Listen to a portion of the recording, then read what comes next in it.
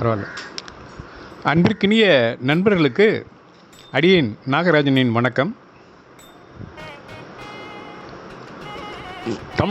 சங்ககால தமிழ் இலக்கிய வரிசையிலே 8 தொகை நூல்களில் அகநானூறு ஒரு நூலாகும்.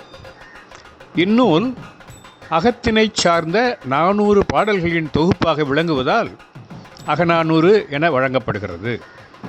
பண்டை தமிழர்கள் வாழ்க்கையை அகமென்றும் புறமென்றும் பிரித்தனர்.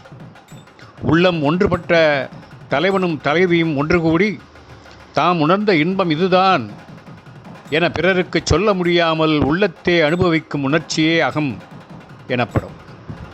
இதில் அடங்கியுள்ள பாடல்கள் பல்வேறு காலங்களில் வாழ்ந்த பல்வேறு புலவர்கள் பாடிய பாடல்களின் தொகுப்பாகும்.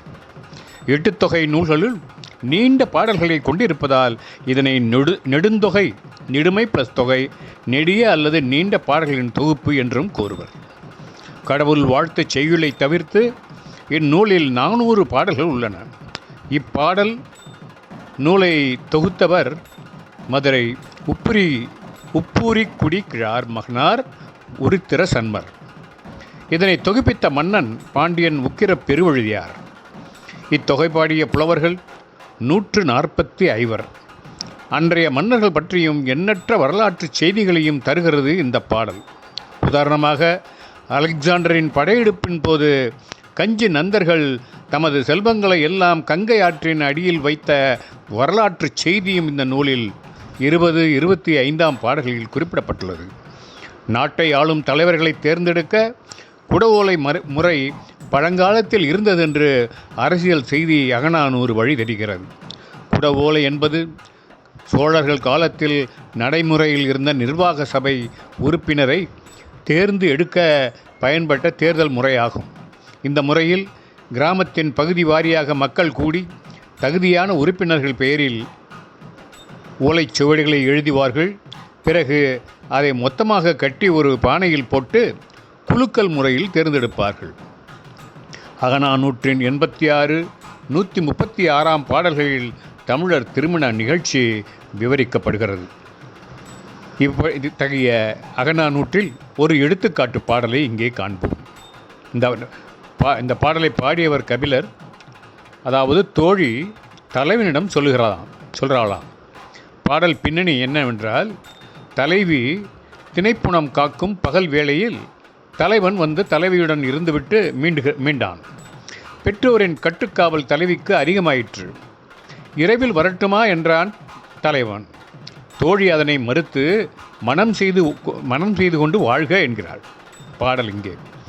யாயே கண்ணினும் கடுங்காதலே எந்தையும் நிலன் உரப்புறான் சீரடி சிவப்ப எவன் இல குருமகன் எங்குதி என்னும் யாமே பிரிவு இன்று இயந்த தோராத நட்பின் இருதலை புள்ளின் ஓருயிர் அம்மே ஏனலம் காவலர் ஆனாது ஆர்த்தரும் கிளிவிழி பயிற்றும் வெளிநாடு பெருஞ்சினை விழுக்கோட் பலவின் பழுப்பயம் கொன்மார் குறவர் ஊன்றிய குரம்பை புதைய வேங்கை தாய தேம்பாய் தோற்றம் புலிசத்து வெறிய முக வேழம் மழைபெடு சிலம்பில் கழைபடப் பெயரும் நல்வரை நாடா நீவரின் மெல்லியல் ஓரும் தான் வாழ் அலலே.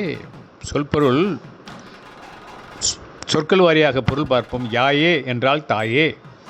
கண்ணினும் கடுங்காதலே, தன்னுடைய கண்களை விட இவள்வாள், அதாவது தலைவால் மிகுந்த அன்பை உடையவளாம் அவளுடைய தாய். எந்தையும், எங்களுடைய தந்தையும் நிலன் புறான், தன்னுடைய மகள் நிலத்தில் நடப்பதை பொறுக்க முடியாதவனாம். சீரடி சிவப்ப என்றால் சிறிய அடிகள் சிவந்து போக எவன் எவ்வாறு இள குருமகள் ஏடி மகளே இயங்குதி நடக்கின்றாயா என்று கூறும் யாமே நாங்கள் பிரிவு இல்லாது ஒன்றிய துவரில்லாத நட்புடன் இருதலை புள்ளின் ஓருயிர், இருதலை பறவையைப் போல 2 உடலுக்குள் ஓர் உயிர், ஏனலம் காவலர் திணைப்புணம் காக்கும் அழகிய பெண்கள், ஆனாது ஓயாது ஆர்த்தோறும் ஆரவாரிக்கும் போதெல்லாம் கிளிவிழி பயிற்றும் கிளிகள் தங்கள் இனத்தை அழைக்கும், வெளிநாடு அணில்கள் ஆடும் பெருஞ்சினை பெரிய கிளைகள் விழுக்கோட்பலவின் பழுப்பயம் கொன்மார் பெரிய பழங்களை உடைய பழா மரத்தின் பழங்களின் பயனை கொள்வதற்கு குறவர் ஊன்றிய குரம்பை புதைய குறவர்கள் நட்டிய குடிசை மறைய வேங்கை மரத்தின் மலர்கள் வளர தேம்பாய் தேன் ஒழுகும் தேம் என்பதுதான் தேன் என்றதன் திரிவு தோற்றம் புலி செத்து புலியென்று நினைத்து வெறிய அஞ்சிய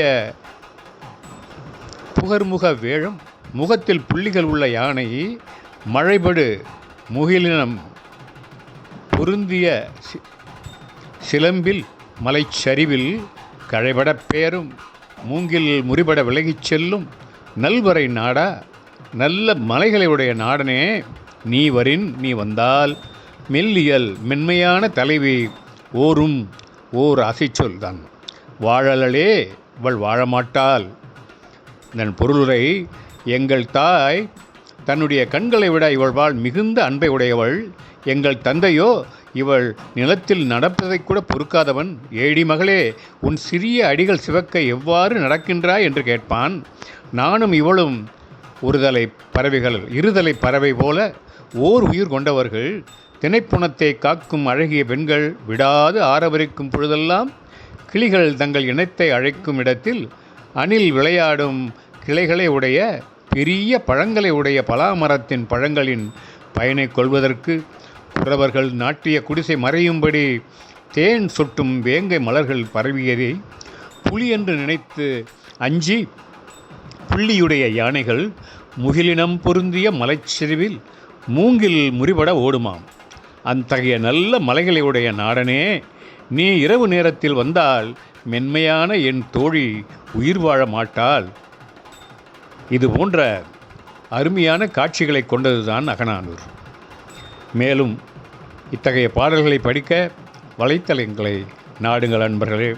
இத்துடன் இந்த பகுதியை நிறைவு செய்கிறேன். இனியொரு நாளில் இன்னொரு பகுதியுடன் உங்களை சந்திக்கிறேன். நட்புடன் நாகராஜன். வணக்கம்.